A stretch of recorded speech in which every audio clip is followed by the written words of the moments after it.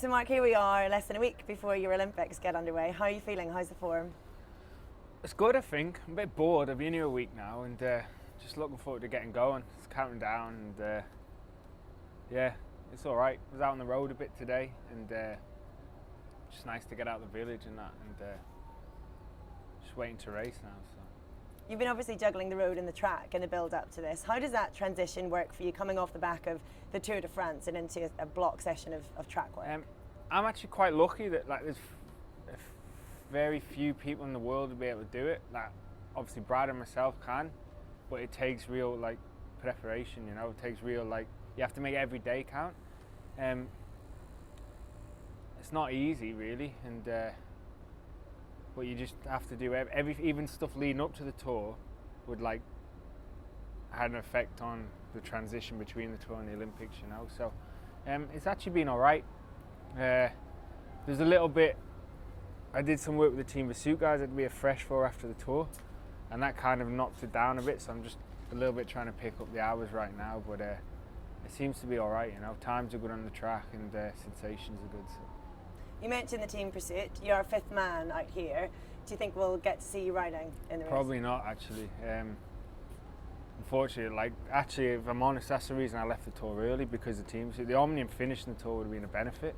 But yeah, I think the lads have been training together. They want to try and do. If something happens to them, then I ride. But I think especially Brad has been super stressed, you know, and I think he wants to be the hero and all that and do all this. So he's just I'm kind of just doing the Omnium stuff now, I think.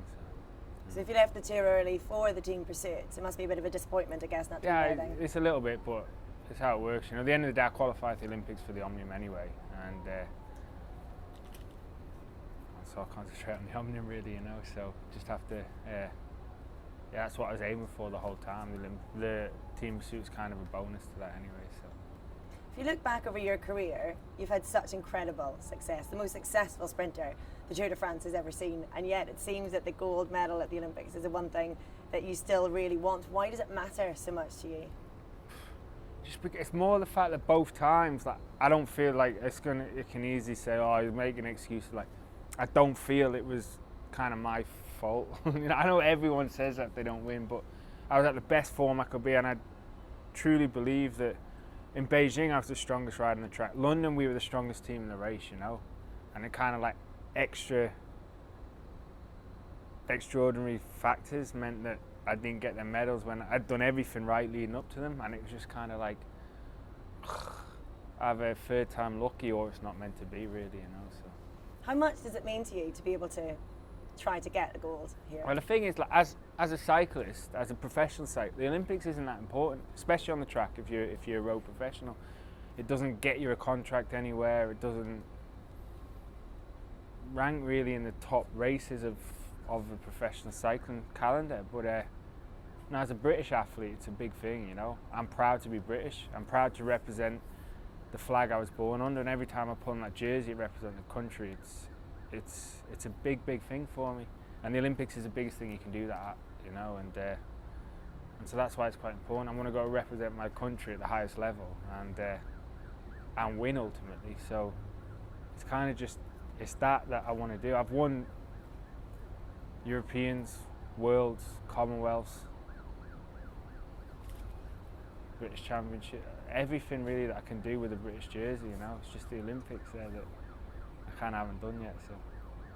You say, as we would imagine, you want to win. Would anything other than gold be a disappointment? Yeah, I think so. Then I'm aiming for gold. So you got to be happy with whatever. As long as I go out and do my best, then I got to be happy.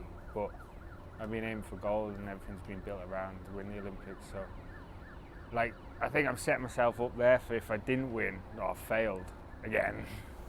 But no, I'm going in for gold. I'm not going in to try and get a bronze medal. I'm going in to try and get a gold medal. If it happens, it happens. If it doesn't, it doesn't. But that's definitely the aim. So.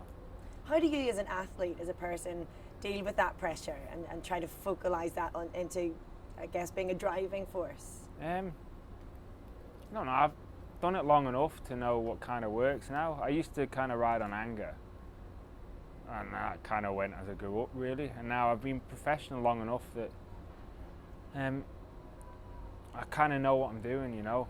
I work with my coach Rod, and we set a structure, and it kind of works now, you know. It's kind of that Team Sky approach, that you just do everything. It's kind of real monotonous and just like, you know, it's you just do it. It's a job, you know. But it ultimately breeds results, you know. And so to work on that, especially with transitioning between track and road, has been the way we've done it this year, and it worked for the tour, and hopefully it works at the Olympics as well. So. I was speaking to your road team boss, Doug Ryder, and he was telling me about the sacrifices that you've had to make to try to make this Olympic dream come true. Tell me about that. Well, it's like, I actually had a few arguments with some of the staff in that British cycling. Not arguments, but like, all the lads live in Manchester. That's where they train, you know. And it's kind of forgotten something. When I'm in Manchester, I'm not at home. I'm away from my family. I'm away from everything. So it was like a constant training camp when I wasn't racing, you know. And just had to be with the guys to be able to race and to be at the track and that. But even down that, I just haven't been home. I've seen the kids like, I don't know, maybe 30 days since November, which I know if I was in the forces I'd see them less than that, but I'm not in the forces, you know. Like, I have the opportunity to go home, and I wasn't. I was going and doing that, and I think that's the biggest thing is kind of the family. But I know that, like, Dimension Day has been brilliant with me, you know. To leave the tour, to leave 7 guys there in the last week when there was another sprint opportunity in Paris, it was the big thing, you know, to ask for them and the team. They've been real support throughout, giving me time off for the track and being able to train for the track, so I haven't necessarily come to other races with the optimum preparation. And the sponsors that have agreed to that as well, you know. It was a big thing to kind of get the okay from, to be able to do that. I'm very lucky to have been with such brilliant people to be able to do that, but obviously I have to pay it back. Like, I finished racing on the 16th, well 15th, go home 17th, I'm racing the 21st already in Hamburg, like a world tour event, you know, so I have to make that up at the end of the year. But there's no doubt that those people it's not just me that's kind of sacrificed, those people closest to me, around me, have had to bear the brunt of it as well. So tell me about, we're sitting just in front of the Olympic Park. The Velodrome is within sight. There's been a lot of controversy over the readiness of the venue and how late it's been. How have you found conditions in there? The first day was windy, like real windy. I think it was a big thing. They finished the inside but not the outside. But I think the doors were just open that day. It's been better since. But if I'm honest, I may be wrong. It's the Olympic Games after all. But I don't think world records will go. Well, if the world records do go, they won't go by a massive chunk. It's not the fastest track I've ever ridden on. But like I said, it's the Olympic Games, so records might go. But I don't know, it's the same for everyone. Every team's competing in the team pursuit, every individual's competing in the Omnium, every sprint rider, they're doing the same track, so ultimately it's the same for them all anyway. And yeah, that's probably the good thing about being here so long, that I've got to get used to the track. But even on my kind of easy days, I kind of said I'll go in and I may as well just do a few laps anyway, and then you just get used to it, you know. And yeah, so every day I'll just get used to it, and hopefully it'll feel like a home track by the time I race. When you're in there, have you seen any of your competitors? Are you eyeing any of them up in any way? No, I haven't actually. Gaviria just got in today. Viviana saw in the dinner hall, but we're all on different kind of, like, there's only like 3 teams on the track at each session, so I haven't really seen it. And to be honest, I don't really know who's riding for some nations anyway. I just have to concentrate on being the best form I can be. Then leading up to the race, I can find out who's riding and work out, you know, my tactics and going to the race. But at the minute, I just need to prepare my body to be able to race. You know? So we're sitting here a few days in, and we may have hoped to have had a few cycling medals already. That hasn't happened. What's the mood like in the cycling camp? Obviously, track and road are slightly different, but I know that you sort of mix together with the guys as well. No, it's been all right. I think in the road race, the men's road race, the team rode incredible. Like, you had Stannard on the front. I think the team was picked. It was picked real well, you know. Like that flat part at the beginning, Stannard was there. controlling the peloton. Then you had the guys looking after each other. We had two-pronged attack at the end with Geraint and Froome. I mean, ultimately, I believe it was kind of bad luck. That puts out, he would have medalled. I think you can safely say that, you know. But he wasn't the only person that had bad luck there, you know. But I think the guys can be super proud with how they rode, and then with the girls on Sunday as well. Yeah, Lizzie was fifth. Again, I don't know if there's much more she could have done. You know, she gave everything. She was at the best she could be, and she rode a good race. There was just some people who were better on the day, you know. Ultimately, they were good to watch on TV. I think I wish all my well wishes to everyone that crashed, you know. I think there's some people who's going to be out of a job for the rest of the year. They're going to be injured, but I really hope they make a good recovery there. There were a few complaints that the course maybe was too technical, dangerous in some people's words. You weren't riding the road race, of course, but do you have any sympathy for the possibility that the course is maybe made too tough for the riders?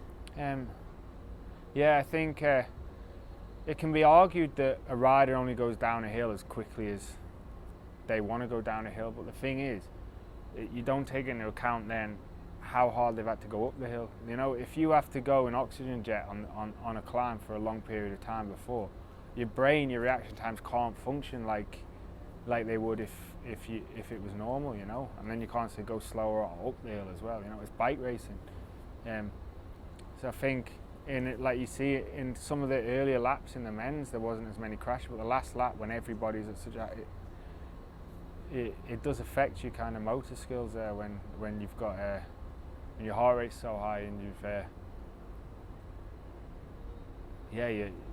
I know from experience how you kind of go a bit dizzy and that, you know. And I think there was always going to be crashes. I think it could have been made safer for the amount of injuries there were, like crash protection.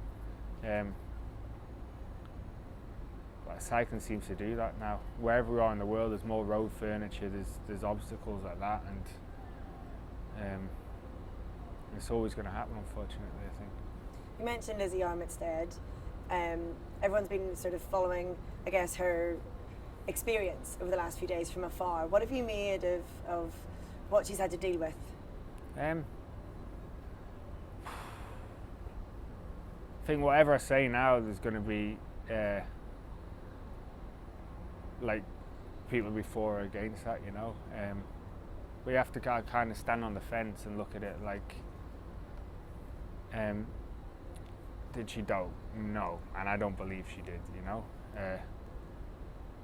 Was it an administrative error? Yes, it was, absolutely. Was it her fault? Yes, it was, absolutely.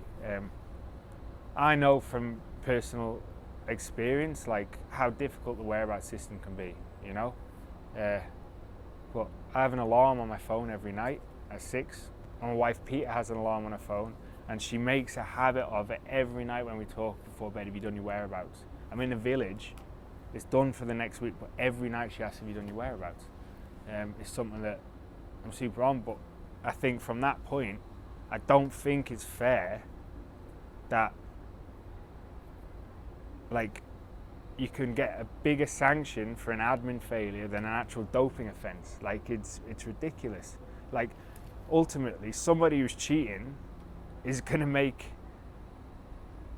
be more particular about that stuff than somebody who's not. If you've got nothing to hide, you kind of just put it to the back of your mind, you know. That's what I did, and that's why I had a missed test once, and it was with the organisers of the Giro d'Italia. It was Gazzetta dello Sport. It was the same organiser of the Giro that announced that I had a missed test, you know. But probably the majority of sports people have a missed test, you know, because you are a bit blasé until you get your first missed test. But 3, I think